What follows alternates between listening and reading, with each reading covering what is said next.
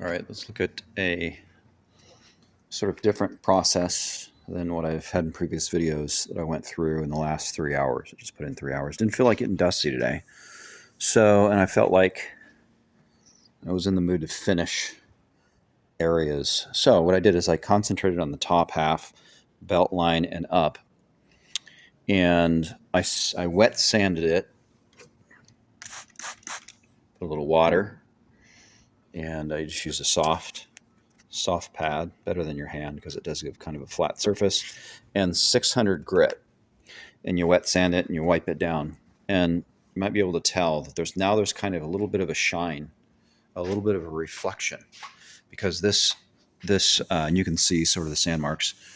This grit is fine enough. It's the final grit prior to applying the actual paint, okay? Because it's fine enough to grab the paint and the paint will not the metallic in the paint will not migrate into 600 scratches, so you will not see that. And so what it also reveals is now that your hand can kind of go over it and it feels like a pretty smooth surface, you can start to better feel imperfection. So here it looks like I didn't pick this up before. There's like some sort of like a planter or something was set on this, or maybe something from above was pushed up, a little high spot right there. So, and then I got little spots like that. You might be able to see that. Just little things where there was just a little divot for whatever reason. But I use permanent marker to kind of mark all the areas. Tomorrow on this top half, I will use this very flowable glaze, which is really just body filler. You can actually mix it with the thicker. This is a Bondo brand. This is a U-Pole. But anyway, to thin out that, but I'm going to use this in its thinnest form because when you apply it, it just applies a very, very thin layer as opposed to like a Bondo. You can make that be eighth of an inch thick.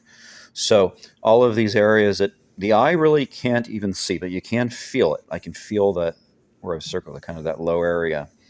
And all these nicks will be filled, primered until the point where they just don't appear anymore when the primer is sanded with that 600 grit. And once that is done, then I will apply not a thick layer, but another layer of primer over this entire top. And I will then, not right away, but then I will then sand it down again with the 600, because the 600 grit really is that final prior to painting. And the reason I did it now is before that prior to painting is so I could make it smooth enough so that I could feel these areas, because these areas I just couldn't, with the rougher newly applied primer, you just couldn't feel these areas. So it's again, it's just a process of getting finer and finer and finer and finer until there is just no detectable noise anymore. So that's a new process I described.